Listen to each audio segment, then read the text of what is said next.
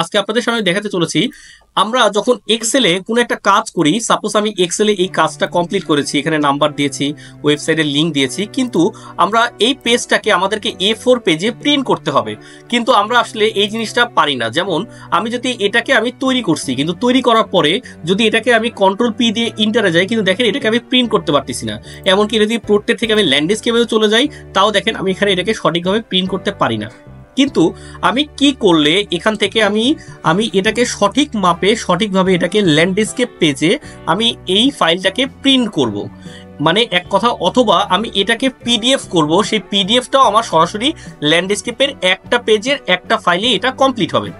মূলত এটা দেখাতে হলে দেখেন সবাই, প্রথমে আমাকে যা করতে হবে যে এখান থেকে যে আমার বাম সাইডে যে দুইটা লাইন আছে দেখেন, এবং এখানে যে লাইনগুলো আছে এই লাইনগুলো আমাকে ডিলিট করে দিতে হবে। তার জন্য আমি প্রথমে একটু জুম ইন করে নিচ্ছি, জুম ইন করে এটাকে একটু মাউস দিয়ে স্ক্রল করে নিচ্ছি। নেওয়ার পরে আমি প্রথম লাইনটা একটা সিলেকশন করে কন্ট্রোল মাইনাস অথবা এখানে সিলেকশন করে ডিলিটে ক্লিক করলেও আপনার এই এক্সট্রা লাইনগুলো কেটে যাবে। অথবা আমরা এই কলামের লাইনটা ডিলিট করব, আমরা জাস্ট ডিলিটে ক্লিক করলে দেখেন আমাদের এখান থেকে ডিলিটের সেল থেকে ডিলিটে ক্লিক করলেই লাইনগুলো কেটে যায়। তার মানে দেখেন আমাদের এই লেখাগুলো আপাতত একটা পেজের কোনায় চলে আসলো, কিন্তু এখনো আপনি কিন্তু এটা সঠিকভাবে পাবেন না। তাহলে এটাকে সঠিকভাবে পেতে হলে আপনাকে কি করতে হবে? মূলত এটার জন্য আপনাকে ফার্স্টে A4 পেজ বা একটা পেজ সিলেকশন করতে হবে, যার জন্য পেজ লেআউট থেকে, মার্জিন থেকে অথবা সাইজ থেকে আপনি A4 পেজটা সিলেক্ট করে নেন, এবং এখান থেকে ওরিয়েন্টেশন থেকে আপনি ল্যান্ডস্কেপটা সিলেকশন করে নেন। তারপরে দেখেন আপনি আপনার মাউসটা একটু খেয়াল করে দেখেন, মাউস দিয়ে এখান থেকে স্ক্রল করে, এটা হচ্ছে নর্মাল মুড, মানে আমার এক্সেলের শীটটা নর্মাল মুড, এরপর আছে হচ্ছে আমাদের পেজ লেআউট মুড, তারপরে আছে হচ্ছে আমাদের এটা পেজ। আচ্ছা দেখেন এটা হচ্ছে আমাদের পেজ লেআউটের পরে পেজ ব্রেক প্রিভিউ নামে এখানে একটি পেজ অপশন রয়েছে।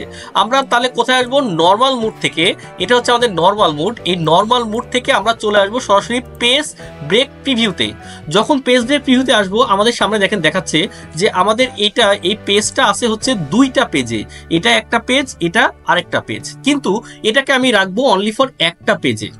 এই একটা পেজে রাখতে হলে আমাকে কি করতে হবে? দেখেন সর্বপ্রথম একটা পেজ 1, পেজ 2, এবং দেখেন এখানে আরেকটা লাইন চলে গেছে, এখানে আরেকটা ডট ডট লাইন আসছে, এখানে দেখেন ছোট্ট করে লেখা আছে দেখেন পেজ 3। আপনাকে দেখতে পাচ্ছেন? এই দেখেন ছোট্ট করে ওখানে লেখা আছে পেজ 3, এই দেখেন পেজ 3 দেখছেন। আচ্ছা এখন এগুলোকে আমরা কিভাবে ঠিক করব দেখেন, তার জন্য আমি ফার্স্টে এটাকে জুম আউট করে নিচ্ছি, জুম আউট করে রেখে সঠিকভাবে একটা পেজে নিয়ে এসে এই লাইনটাকে বর্ডারটা আমি মাউস দিয়ে ক্লিক বাটন টেনে ধরে আমি এটাকে সেট করে দিলাম। দেখেন এখন এটা আমার একটা পেজ দুইটা পেজ, মানে আমার দুইটা পেজে সেট হয়েছে। এরপরে আমি প্রথম পেজটাকেও আমি এখান থেকে লাইনটাকে ক্লিক করে নিয়ে একদম সরাসরি শেষে এসে ইউজ করলাম। এখন দেখেন এটা আমার কয়টা পেজে আসলো? একটা পেজে। কিন্তু দেখেন একটা পেজে আসলেও এটা কিন্তু আমার উপরে আসছে, কিন্তু নিচে আসে নাই। কিন্তু আমি কি করব? এই কাজটাকে, মানে এই সম্পূর্ণ লেখাটাকে এই পুরা পেজে আমি ফিল আপ করে দেব, যেন এটা আমার সঠিক আকারে একটা ফরম্যাট আকারে তৈরি হয়ে যায় যে কোনো আমার। এর জন্য এখন ফার্স্টে আমাকে এই পেজটা দেখতে হবে যে এই পেজটা আসলে কত বড়। এই কত বড় পেজটা দেখতে গেলে পরে আমাকে প্রথমে এই পেজের নিচে যে নীল বর্ডার আছে, নীল বর্ডারটা আমি টেনে নিচে নিয়ে আসতেছি, এবং আমি এই সাইডে নীল বর্ডারটাকেও আমি টেনে সাইডে রাখতেছি। দেখেন আমার এখানে বর্ডার, এই পেজের নিচে এই বর্ডারটা আমার এই পর্যন্তই শেষ, কিন্তু এখানে কিন্তু শেষ হয় নাই, আমি আরো নিচে আসবো। এই দেখেন আমার পেজ 1টা শেষ হয়েছে কোথায়? এই পর্যন্ত। তারপরে পেজ 2, পেজ 3 এগুলো আসছে। তার মানে আমাকে এই লেখাগুলো কি করতে হবে? এই পর্যন্ত আমাকে আনতে হবে। এই পর্যন্ত আনতে এখন আমি কি করব? প্রথমে আমি আমার যে উপরে যে লাইনটা আছে দেখেন, যেটা মেনু বারটাকে অবশ্যই একটু বড় করে দেব।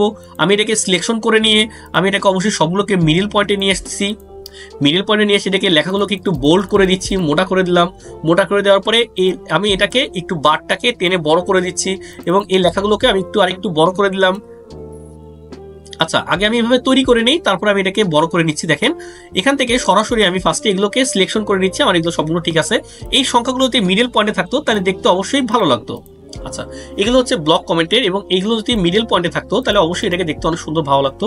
আর কমেন্টের লিঙ্ক যদি আমি চাই যে এত বড় দিতে পারি, যদি একটু কমিয়ে নিতে চাই আমি একটু কমায়ও নিয়ে রাখতে পারি, সেটা আমার ইচ্ছা মতো। ওকে, আর এখানে লাইভ যে লেখাগুলো আছে এগুলোকে আমি মিডল পয়েন্টে রাখি, তাহলে দেখতে সুন্দর দেখাবে। ওকে, এরপর দেখেন আমার এটা আপাতত কমপ্লিট। এরপর আমি যে নিচের গুলো আছে এগুলোকে সবগুলো বড় করতে হবে একই মাপে।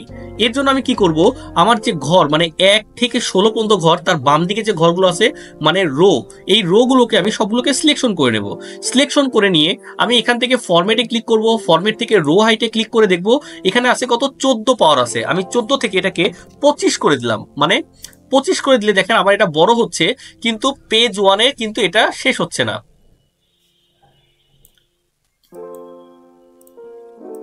দেখেন আমার পেজ 1-এ কিন্তু এটা শেষ হচ্ছে না, তাহলে আমাকে কি করতে হবে, আমাকে এটা আরো বড় করতে হবে।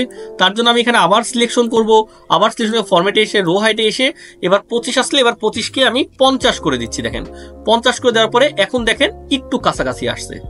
তারপরে আমাকে আরেকটু যে বাড়িয়ে দিই, এটাকে আমি এখন 52 করে দেই।